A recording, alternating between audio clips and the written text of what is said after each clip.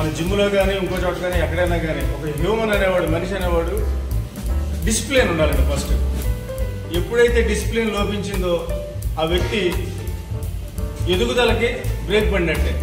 అది చిన్నవాళ్ళు కావచ్చు, పెద్దవాళ్ళు కావచ్చు. ఇప్పుడు ఒక బ్యాంక్కి వెళ్తాము, అందరూ హాయ్ హాయ్ గుడ్ మార్నింగ్ అనుకుంటారు, చిన్న పెద్ద తారతమ్యం లేకుండా. అలాగే ఒక గవర్నమెంట్ ఆఫీస్కి వెళ్తాము, చిన్న పెద్ద తారతమ్యం లేకుండా హలో, గుడ్ మార్నింగ్, శుభోదయం రకరకాలుగా మాట్లాడుకుంటారు.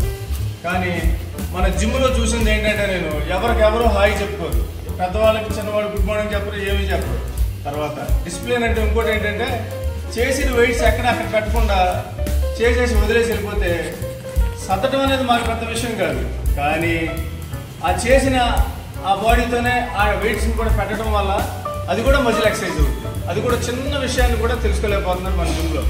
దయచేసి అందరూ డిసిప్లిన్గా ఉండండి, ఒకరికొకరు హాయ్ చెప్పుకోండి. ఎక్కడో పుట్టాము, ఎక్కడో పెరిగాము, కానీ ఇక్కడ కలిసామంటే యాదృచ్ఛికంగా కాదు, అది ఒక పని మీద పుట్టాం. దానివల్ల మనందరం ఇక్కడ మంచి జిమ్ చేసి అశోక్ జిమ్ని ప్రోత్సహిద్దాం. ఈ విధంగా ఒక తెనాలిలో ఒక చిన్న పల్లెటూరులో పుట్టిన ఒక వ్యక్తి గవర్నమెంట్ స్కూల్లో చదివి, తెలుగు మీడియం చదివి, ఇంటర్మీడియట్ ఇంగ్లీష్ మీడియం చదివి, అందరికీ గుడ్ మార్నింగ్ చెప్తూ పెద్ద చిన్న తారతమ్యం లేకుండా డిసిప్లిన్గా ఉండి సివిల్ సర్వీస్లో IPS కొట్టి మన విజయవాడలో కూడా పోలీస్ కమిషనర్గా చేశారు. పేర్లు వద్దండి.